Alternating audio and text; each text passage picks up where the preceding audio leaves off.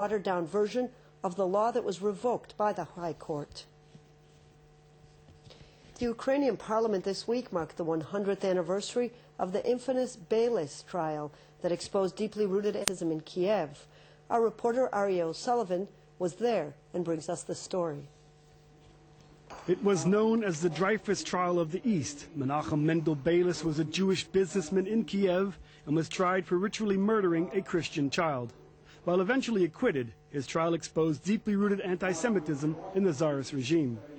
An international conference on anti-Semitism was held in Kiev at the initiative of Alexander Feldman, an openly Jewish member of the parliament who is seeking to get political leaders to fight anti-Semitism.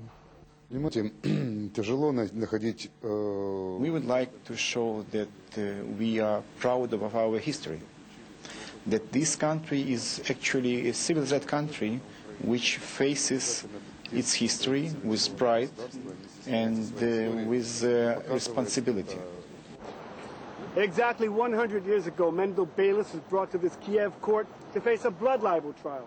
Today, his grandson, Jay Beilis, has returned to Kiev for the first time and talked about the impact it had on his family, the Jewish people, and history itself. It's quite chilling and quite important also that the world sees this and the world remembers what happened here in this plaza 100 years ago. And the blood libel is one of the foundations of anti-Semitism, along with the protocols of Zion and the accusations that the Jews killed Christ. The blood libel represents an important part of Jewish history, and my grandfather's case was probably the most well-known since it began in the 12th century. It had a great impact on the Jewish people because many of them, in fact, people that just recently at the conference came up to me and told me that their ancestors and grandparents left Ukraine and Lithuania, Romania, and Hungary, and all these other countries in Europe after my grandfather's trial, saving them from the Shoah or Babi Yar as far as Ukraine goes. Yes, and it had quite a bit of an impact on the Jewish people at the time. Decades after the Beilis trial, anti-Semitism reached its vicious depths when over 1.5 million Ukrainian Jews were murdered by the Nazis and their Ukrainian collaborators. Yar is the most famous of the killing fields, but thousands of others were swept under national awareness.